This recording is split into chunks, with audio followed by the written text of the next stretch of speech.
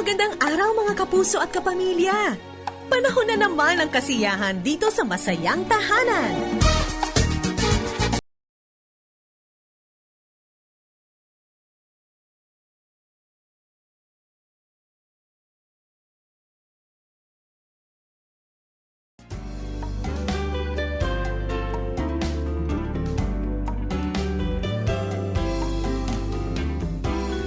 Magandang araw sa lahat ng ating mga ka-family. Ito po ang inyong Masayang Tahanan at ako ang inyong kumare forever, Maloy Malibiran sa Lumbides.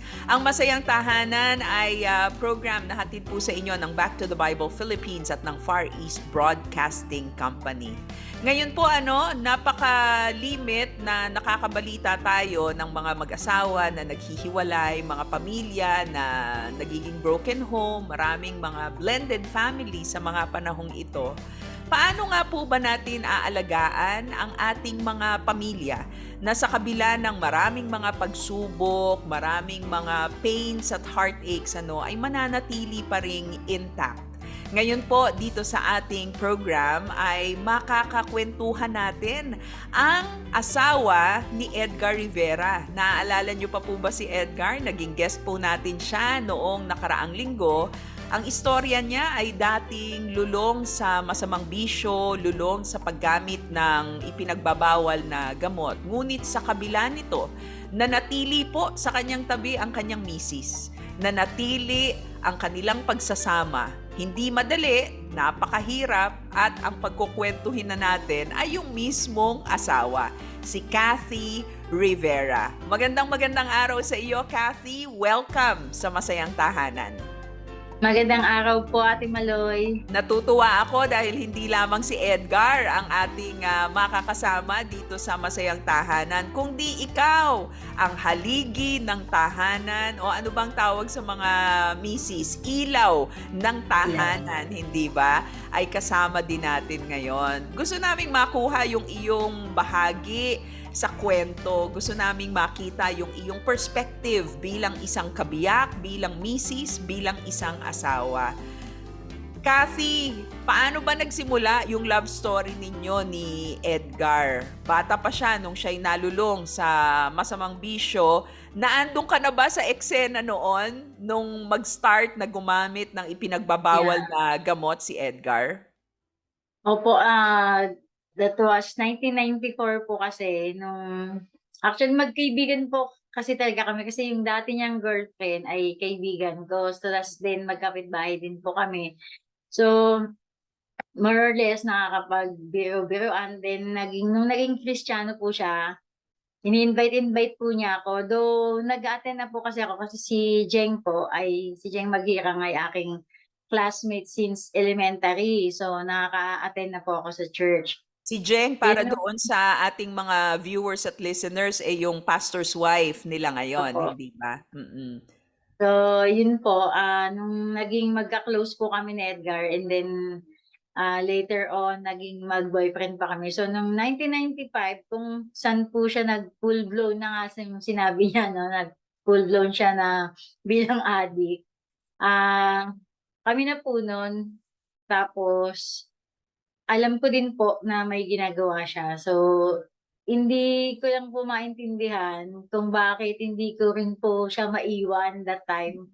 Parang iniluluhog ko naman po sa Panginoon kung tama ba yung desisyon na magpatuloy. Pero sabi ko nga po, wala sa kanya. Hanggat hindi pa sinasabi ng Lord na iwanan kita, hindi kita iiwanan.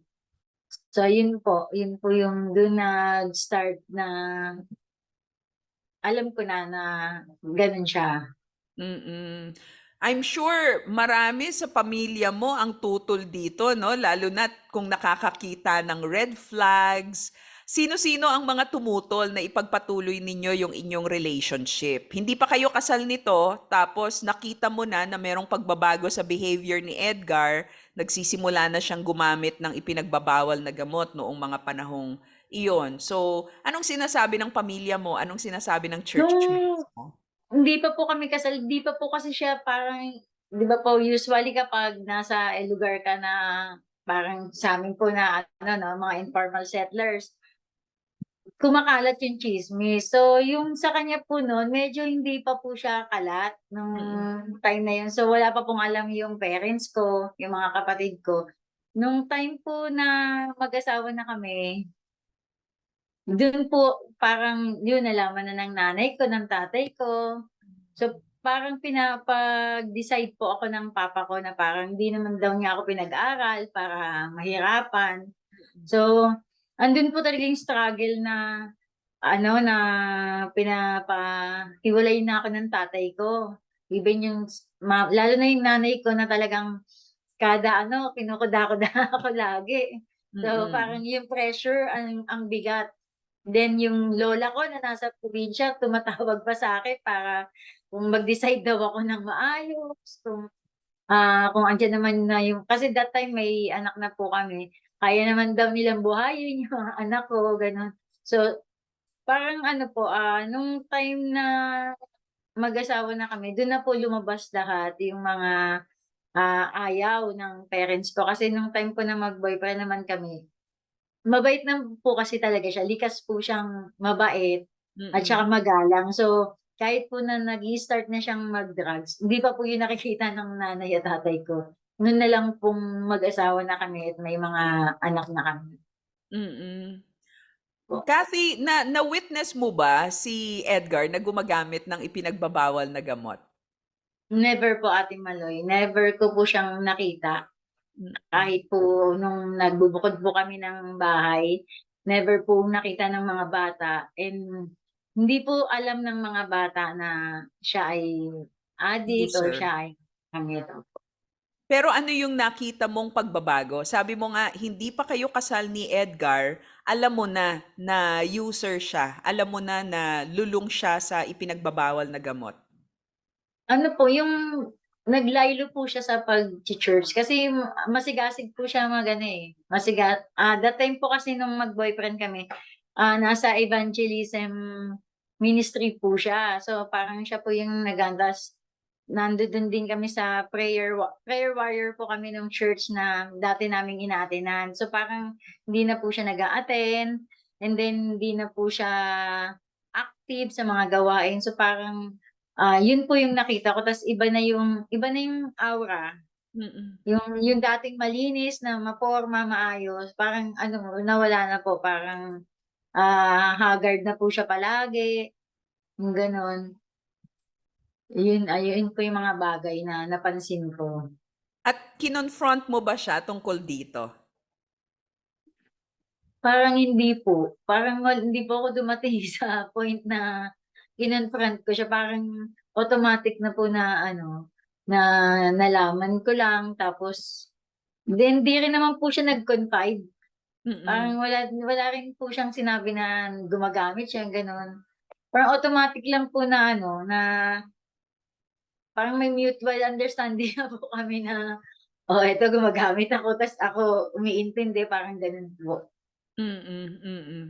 At sabi mo nga ano, after ninyong magpakasal, doon mas naging halata, doon mas nakita na mayroong problema si Edgar. Papaano mo 'to hinarap, Kathy? Ano yung, paano mo hinandle yung pressure ng pamilya mo na hiwalayan na siya, 'no? Bubuhayin naman kayo nung iyong mga kamag-anak, nung iyong pamilya. So, paano mo hinandle yung pressure na yon? Siguro po, Ate Mari, kung iba-iba, siguro nag-give up na talaga yung wala kang Diyos sa buhay 'no. Mm. Kung hindi yung iyak ako, sorry. Yung foundation ng salita ng Diyos, kung wala siguro sa puso ko, siguro,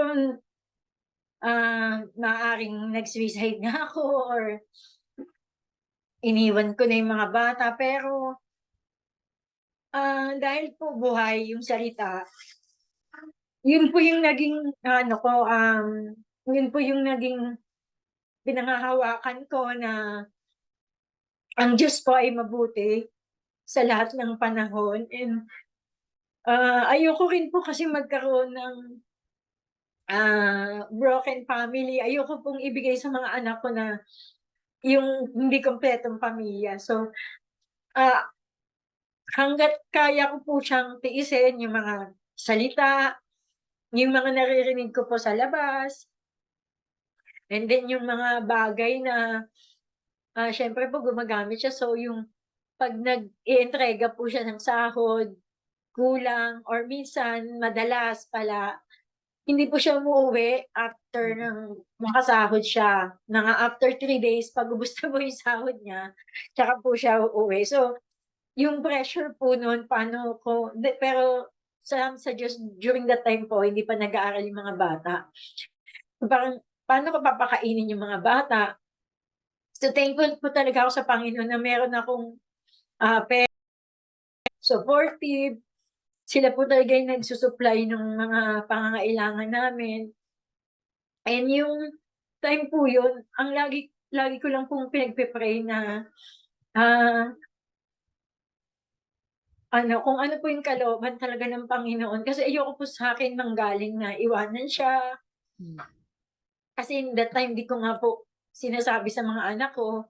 So, 'pag humiwalay po ako, parang magtatanong yung mga bata, then parang, yung pag-e-explain, parang ayoko po munang harapin yun that time. Kaya tiniis ko po.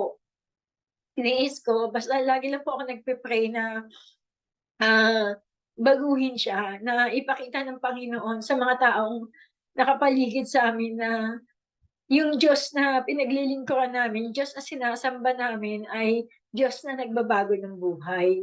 Mm. So, yun lang po talaga, prayer lang po talaga yung pinanghawakan ko, tsaka Hmm. yung mga anak ko. Kathy, itong panahon na si Edgar hindi na nagcha-church, no? Pagkatapos lulong na siya doon sa kanyang bisyo, ano yung naging role ng simbahan? Ano yung naging role ng faith community sa buhay mo? During the time po na nakaka-attend po ako ng mga services, may yung mga ano po, sermon nila pastor, yun po yung nagpalakas sa'kin. And one time po, Ate Maloy, meron po akong in-attendan na service sa Calvary na ang guest po nila ay yung mag-asawa na dating hoodlum yung asawa niya, tapos babaero, gano'n. Parang worse din po. Tas yung asawa talagang nag-ano lang siya, nag-stand lang siya sa faith niya. Tapos, y yung pinag-pray niya lang yung asawa niya na magbago. So yung testimony po nung ka-churchmate namin yon, which is si Sister Sita tayo po. Yun po yung prayer ko na, "Lord, kung yung asawa ni Sister Sita ay naayos mo, alam ko may gagawin ka." So, yun po, hindi lang po ako tumigil sa pakikinig at makikinig ng mga salita ng Panginoon. Mm. Biniyayaan kayo ng Panginoon ng ilang anak, Kathy? 5 po.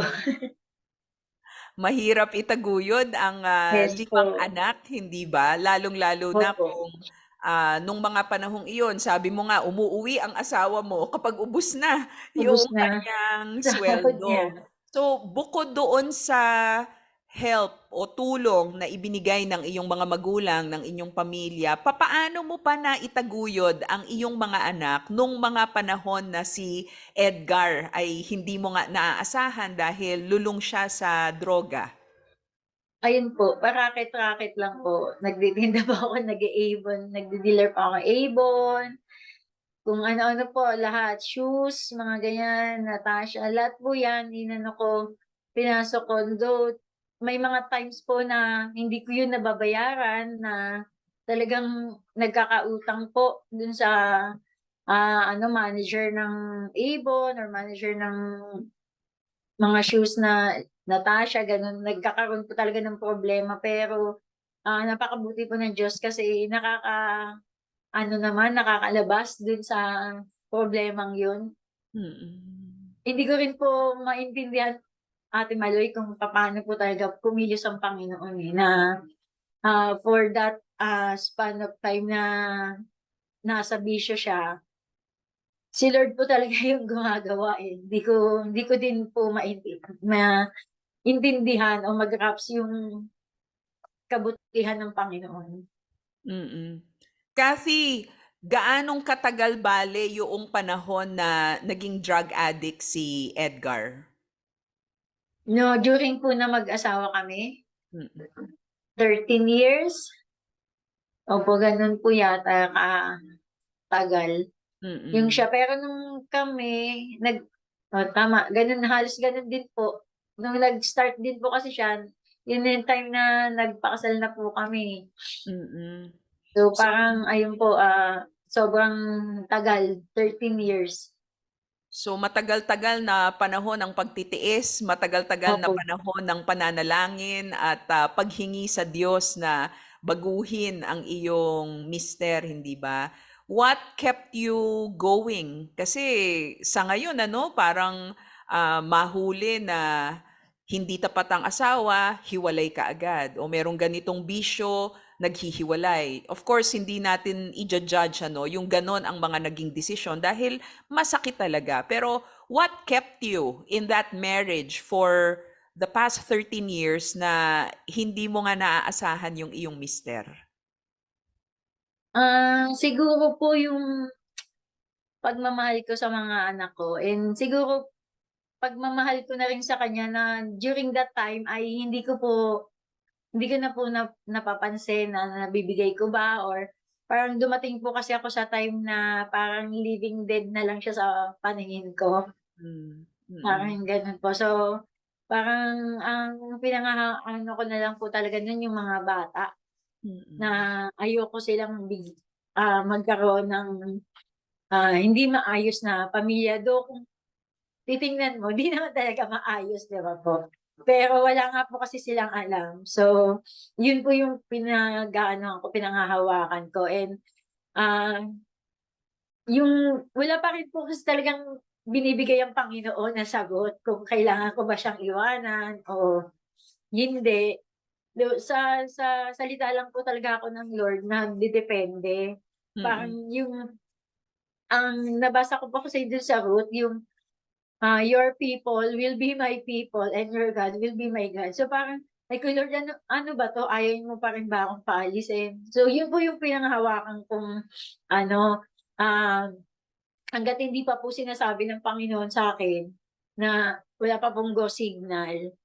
So nandudun pa rin po ako, and siguro po talagang mahal ko siya, kaya hindi ko rin po talaga siya maiwan. mm, Kasi mm, sabi ko po, iniwan na siya ng, kumbaga tinakwil na po siya ng pamilya niya, so wala na pong magga-guide lalo, kung mm, iiwanan ko pa po siya.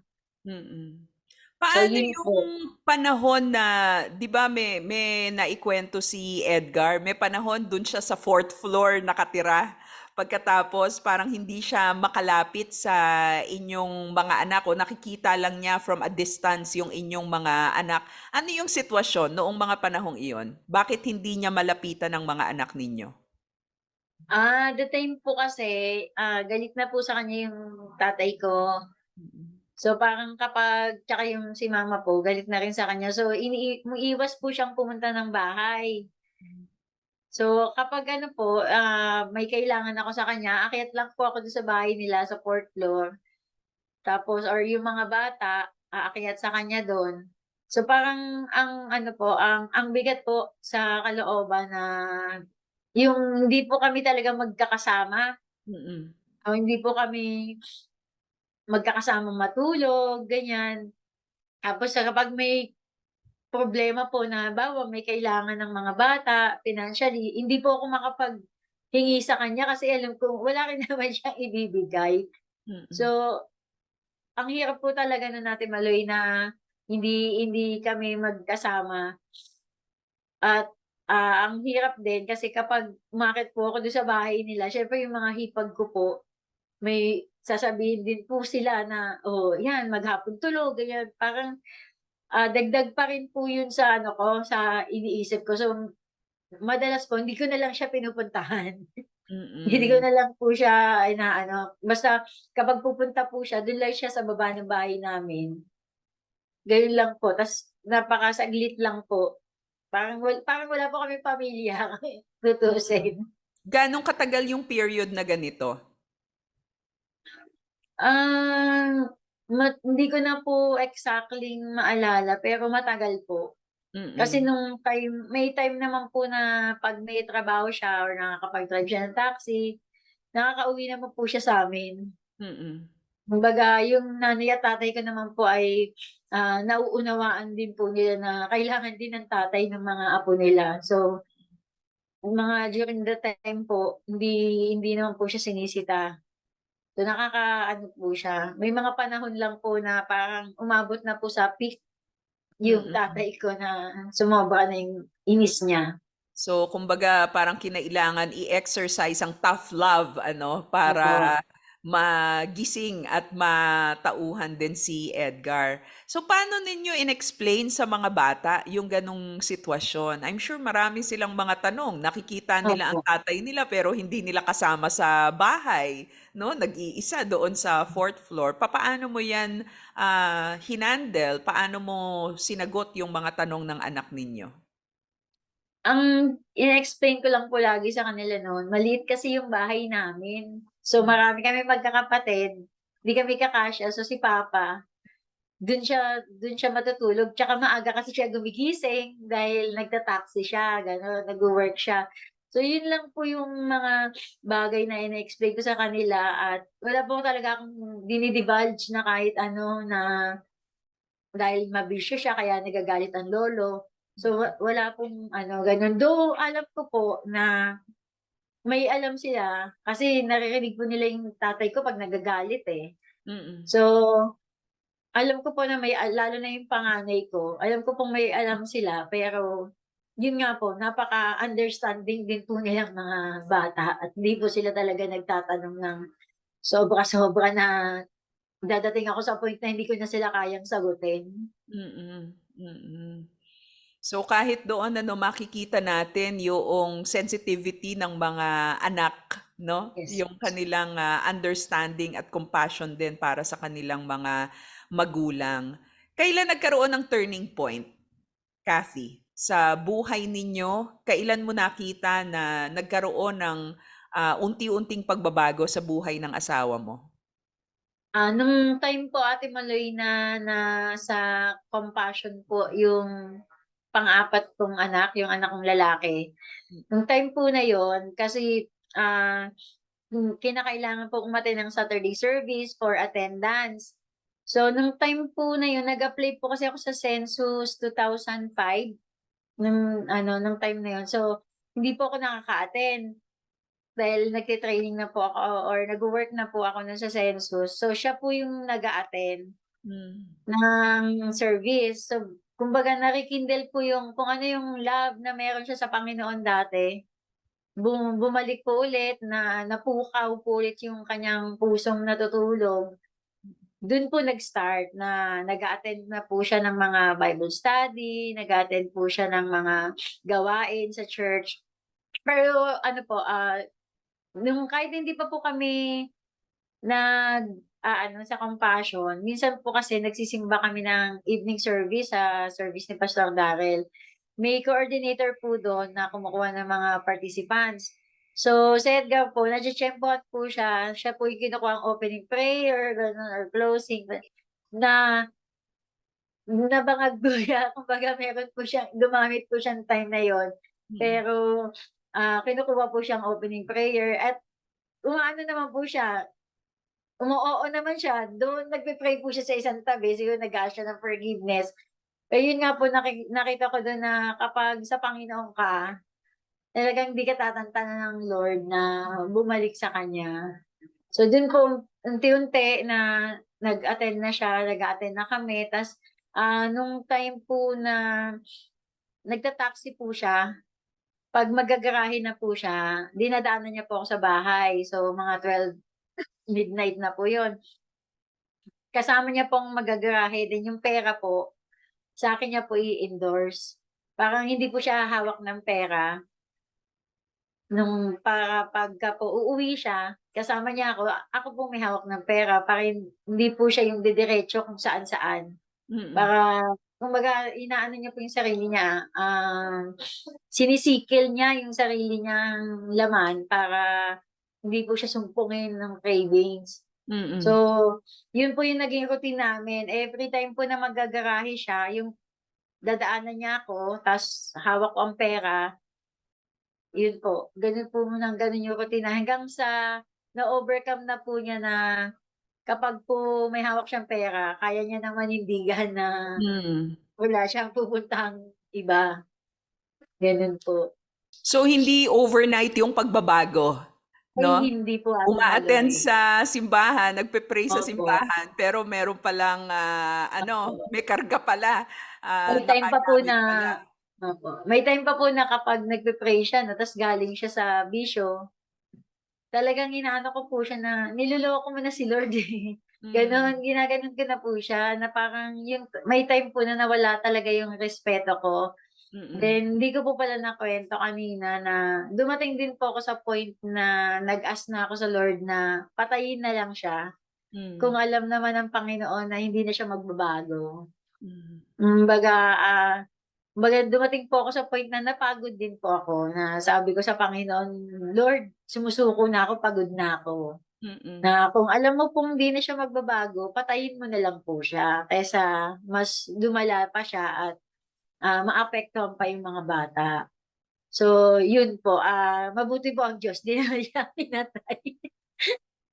So yun po, Binigyan pa ng pagkakataon ano, opo. para maranasan talaga yung real transformation sa kanyang buhay at sa inyong pamilya.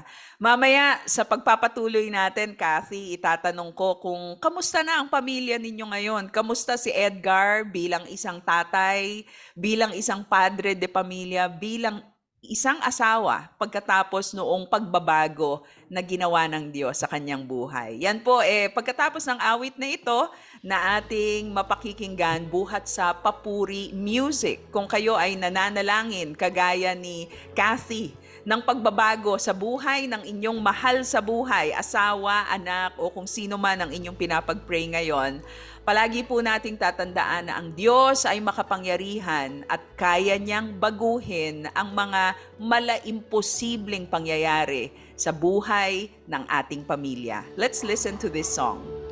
Nung una, ang akala ko, ang buhay ko ay di na magbabago. At kahit ano pang gawin, ako'y bumabalik sa maling gawain. 'Di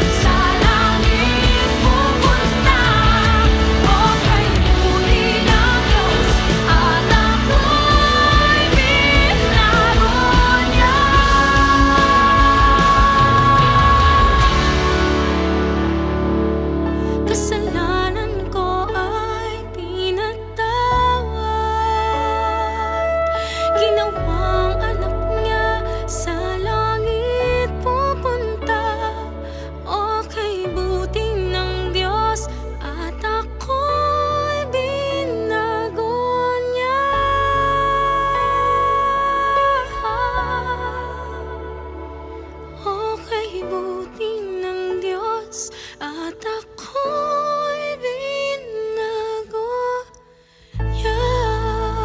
Ako'y binago niya. Yan po ay isang awitin na isinulat ni Ricky Sanchez. Isa sa mga papuri songs, no? Na ating naging paborito. Malapit na po ang anniversary ng Papuri Ministry at sa October ay magkakaroon po, itong buwan na ito, magkakaroon po ng anniversary concert ang Papuri. Libre po ito pero kinakailangan ninyong mag-register.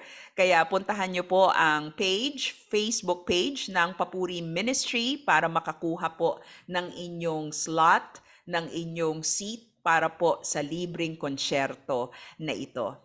Ang inyo pong pinakikinggan ay Masayang Tahanan na hatid sa inyo ng Back to the Bible Philippines at ng Far East Broadcasting Company.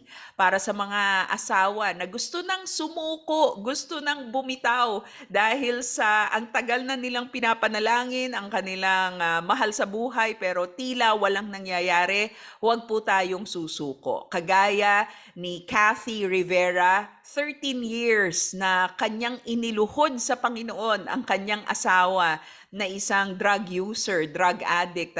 Dumating siya doon sa punto na gusto na niyang sabihin sa Panginoon o sinabi na nga niya, Lord, kunin mo na. Kung hindi naman magbabago, kunin niyo na po bago pa lumala itong aking asawa. Pero iba ang naging tugon ng Diyos. Pagbabago, real transformation, 180-degree turn ang naranasan ng kanyang mister at ngayon ginagamit na ng Panginoon bilang isang leader sa men's ministry ng kanila pong simbahan. Kasama natin ngayon para magkwento patuloy ng kanilang istorya si Kathy Rivera. Kathy, welcome muli dito sa Masayang Tahanan. Meron ka bang mga gustong batiin? Mga kamag-anak ninyo at mga churchmates. Bati ko lang po ang buong Calvary Foursquare Church at yung mga nanay ko at mga kapatid ko and yung mga in-laws ko. Yan, happy listening. Happy listening sa buong Rivera family at sa pamilya na pinagmulan ni Kathy. So Kathy, sabi mo nga, ginamit ng Panginoon itong scholarship ng inyong anak through compassion para si Edgar ay manumbalik sa simbahan. Kasi required no? Na dapat may isang magulang na a-attend doon sa Bible study. So yan yung naging simula. Pero hindi overnight yung kanyang pagbabago. Paano mo sinuportahan ang mister mo nung nakikita mo na bumabalik na uli sa church? Ayan, nag-iintrega na uli sa'yo. Ayaw nang humawak ng pera kasi baka saan niya magamit yung pera, no? Nag-iintrega na sa iyo. So, paano mo siya patuloy na sinuportahan at in-encourage? Basta pag-attend kami ng mga gawain, sinasamahan ko po siya kahit na, di ba po, pag nanay ka, dami mong ginagawa. Minsan, uunahin mo yung ginagawa mo sa bahay. Pero ako po, naglaan po ako ng oras para samahan siya. Kada may mga Bible study or kung merong mga gathering ng couples, nag-attend po kami. Then, nung time po na yon parang meron po kaming outreach. So, sumasama din po kami, sinasamahan ko siya kapag gusto niyang mag-attend doon. So, lahat po ng magpapalago sa kanya spiritually ay, sinuportahan ko po. Inanuhan ko po siya, sinamahan ko po siya sa lahat ng gusto niyang gawin during that time po na nakikita ko na siyang nagbabago.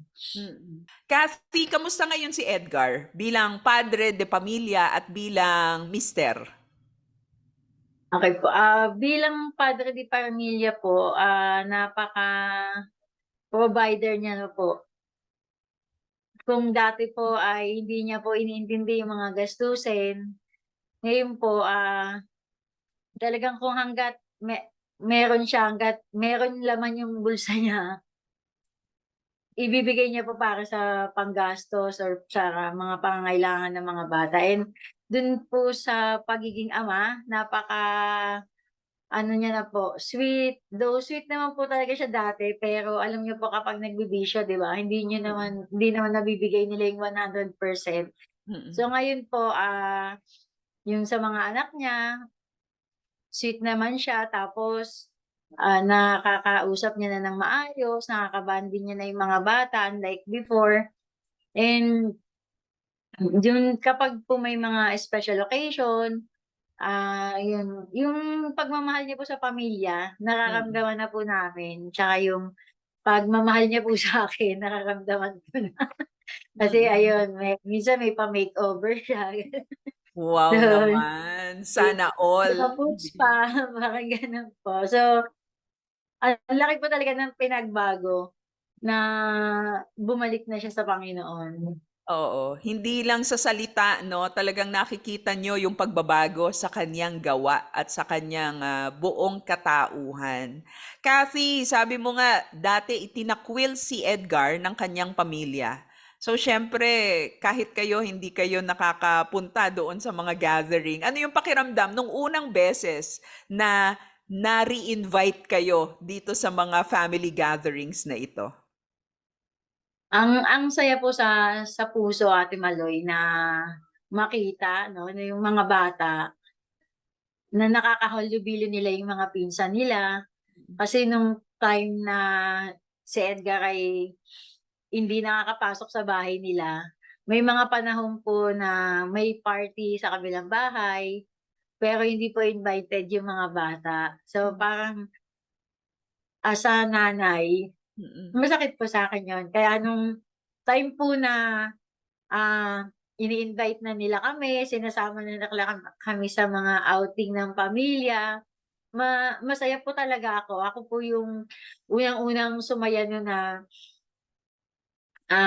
nagpapasalamat po talaga ako sa Panginoon na nangyari yun kasi nakita ko rin po yung, saya nung mga anak ko na nakakasama sila sa mga gano'ng pagkakataon.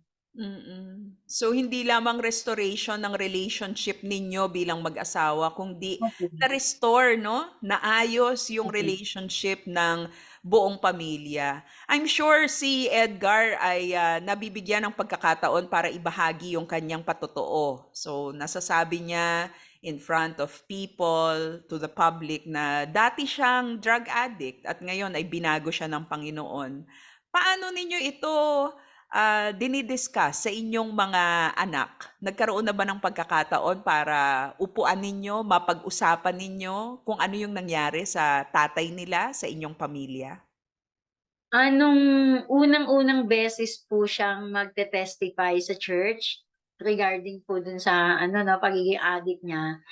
The night before, kinausap niya po yung mga bata na, magte-testify siya, so ito yung mga sasabihin niya. So yung mga bata po, laking gulat po nila na, "Hala, addict ka pala papa," parang gano'n. Hmm. Pero wala na po yung ano, walang bigat, parang maayos po yung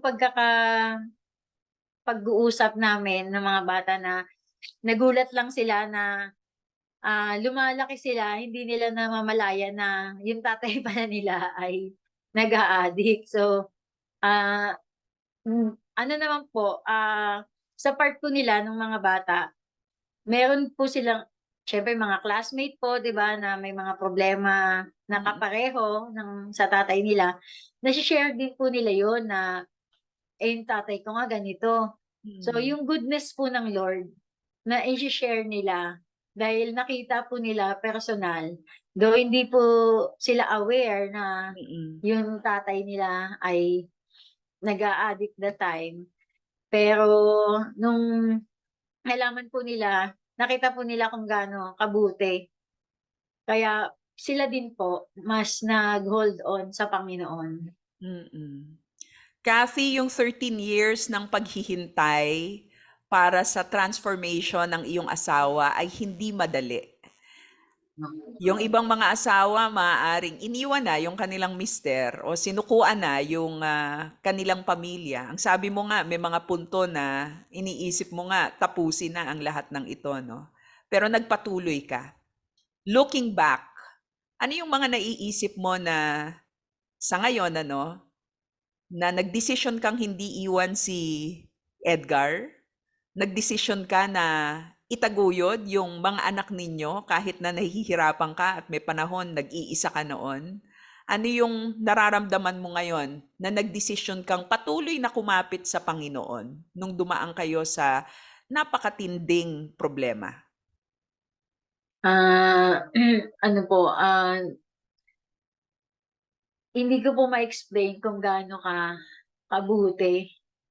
Kung yung salita po ay kulang para pasalamatan ko ang Panginoon sa ginawa niya sa buhay namin na, yung pray without ceasing po, Hmm.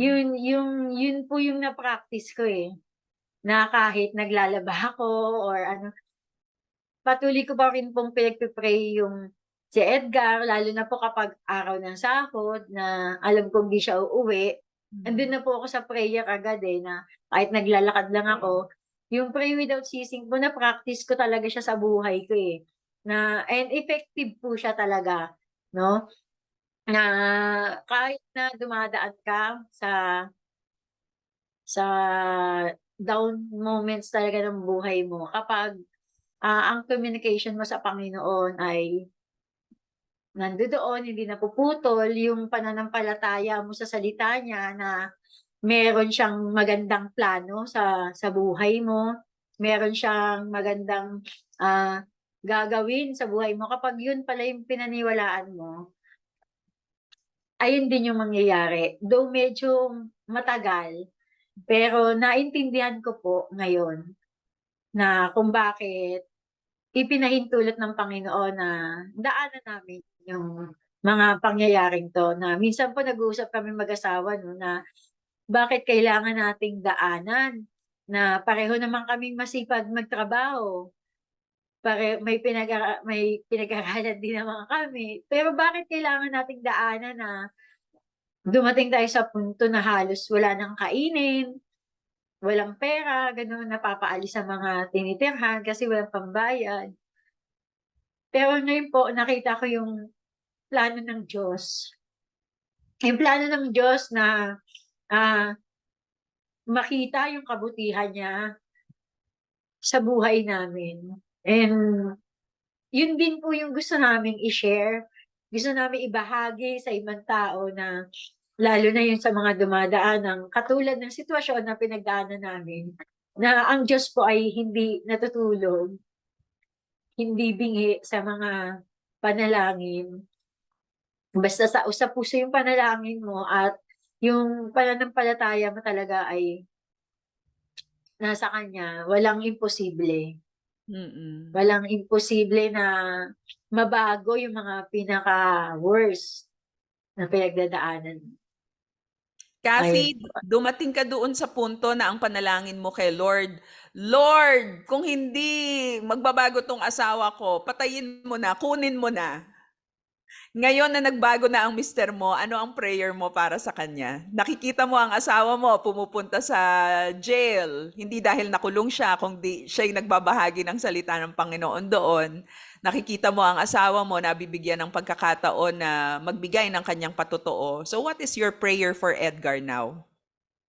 Ang prayer ko lang po sa kanya na lalo siyang bigyan ng Panginoon ng magandang kalusugan, malakas na pangangatawan para maibahagi pa po niya sa iba yung ginawa ng Panginoon sa buhay niya at marami po siyang ma-bless 'no, maging blessing po siya. Ang prayer ko po ay, ah, though prayer niya rin po ito na i-bless po siya ng Panginoon financially kasi po si Edgar may puso po siyang laging ano, eh, handang magbigay, handang tumulong. So, ang prayer ko po na yung kinikita po niya yung parang sobra po para sa'min, para po may maibahagi sa iba at makapag-ministeryo. Kasi puso po talaga niya ay mag-minister po talaga sa jail, kung saan parang street evangelism, mga ganyan po. Talagang yung puso po niya nasa evangelism. So, ang prayer ko po sa kanya ay magawa niya po iyon bago siya kunin ng Panginoon. Mm. Nabanggit mo sa akin kanina 'no, nagkakilala kayo ni Edgar sa church at isa sa mga una ninyong ministries ay evangelism. So kahit na merong ganitong, naging, downside, no, sa buhay ni Edgar kahit siya ay nalulong sa bisyo at sa ipinagbabawal na gamot, ni-reinstate siya, no? Ibinalik siya ng Opo. Panginoon dito sa unang ministeryo na ito. And now he is evangelizing sa mga preso, sa jail ministry, sa kalsada, no? Maraming naibabahaging kabutihan ng Panginoon si Edgar sa pamamagitan ng personal niyang patotoo. Natutuwa ako, Kathy, dahil nanindigan ka para sa inyong pagsasamang mag-asawa kahit na napakahirap, ano? You had all the reason para umalis, para humiwalay, pero nanindigan ka at sinustain ka ng Panginoon. Ano yung masasabi mo sa mga asawa na nag-iisip ngayon na kumalas na, bumitiw na, dahil talagang hindi na nila kaya? Ano ang iyong words of encouragement para sa kanila ngayon? So dun po sa mga nanay na nagbabadya na, no, nagbabadya ng humiwalay or gumibap sa buhay, ang masasabi ko lang po ay patuloy po tayong manahan sa mga pangako ng Panginoon. At in time po, yung mga ating mga suliranin, ng ating mga pinagdadaanan, in time po, pagagaanin po ng Panginoon yan. At bibigyan niya po tayo ng kapahingahan, no? Manatili lang po tayo sa kanya sa pananampalataya, and pahalagahan po natin yung pamilya na ibinigay ng Panginoon sa atin, no? Kasi po para po magkaroon ng masayang tahanan, ang nanay po talaga ang susi nun, 'di ba po? Kasi kung ikaw po na nanay ay mauunang give up, paano po tayo magkakaroon ng masayang tahanan? So, yun po, ipaglaban po natin ang pamilya na meron tayo. Hmm. Kumbaga, i-ano natin sa Panginoon nito, idulog at ipaubaya sa Panginoon yung pagkakaroon ng masayang tahanan. Mm. Ang nakita ko sa family ninyo, Kathy, ano, tama yung sinabi mo. Dahil hindi tayo sinusukuan ng Diyos, huwag din nating sukuan ang ating pamilya. And for a mother to stay strong, ang nakita kong susi na pinanghawakan mo, nanatili ka sa Diyos. Sabi mo nga, you were praying without ceasing. Ang ganda ng pagkakasabi mo, nanahan ikaw sa mga pangako ng Diyos. Kahit hindi mo kasama si Edgar, patuloy mong ginagawa yung dati ninyong ginagawa, nasa church pa rin, patuloy na nagtitiwala na darating yung panahon, babaguhin ng Panginoon ang iyong asawa. At ngayon nga, yung panahon ng paghihintay, panahon ng pananalangin, panahon ng pagpapatuloy sa pananampalataya, inaani na ninyo yung bunga nito. Maraming salamat sa halimbawa mo, Kathy. I'm sure hindi yan madali, ano? Pero nanatili ka at hindi ka bumitaw. I'd like to pray for you at yung mga viewers natin ngayon na maaaring merong mga pinagdaraanan. Panalangin natin ang kanilang sitwasyon at ang kanilang mga pamilya. Let's pray. Heavenly Father, thank you dahil kayo ang Diyos na hindi bumibitaw sa amin. Hindi po kayo sumusuko kahit na napakahirap ng aming sitwasyon at napakatigas ng aming ulo. Salamat dahil hindi kayo nag-give up. Your loving kindness is truly steadfast. You love us. Your love is long-suffering. It does not keep any record of wrongs. Salamat, Panginoon, dahil nakita namin ang inyong mga pangako na buhay dito sa Rivera family. Thank you, Lord, kasi dun sa 13 years, sinustain niyo po si Kathy. At dalangin namin, Panginoon, na marami pang mga asawa ang inyong paranasin ng ganitong uri ng unconditional and long-suffering love. Panginoon, dalangin po namin yung mga mister at misis na nasa brink na ng paghihiwalay. I-restore niyo po ang kanilang marriage at ang kanilang pamilya. Dalangin po namin ang mga misis na gusto nang gumive up, gusto nang umalis, gusto nang iwan yung kanilang asawa, Father, we pray that you will sustain them by your grace. Itawid pa po ninyo sila sa marami pang araw ng paghihintay.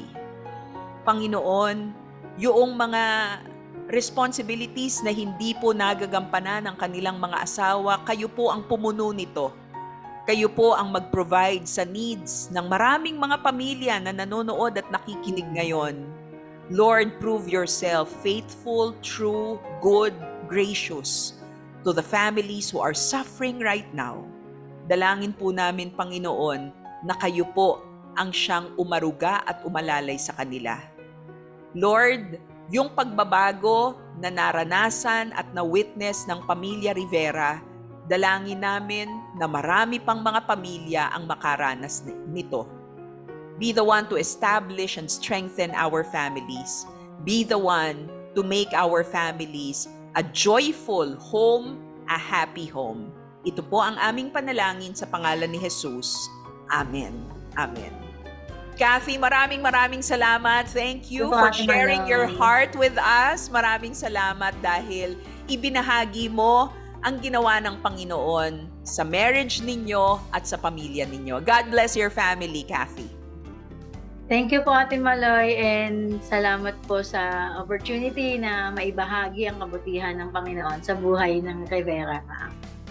Nakasama po natin ngayon si Kathy Rivera, ang may bahay ni Edgar Rivera na atin ding nakakwentuhan noong pong nakaraang linggo. Nakita natin sa kanilang buhay, walang imposible sa Diyos.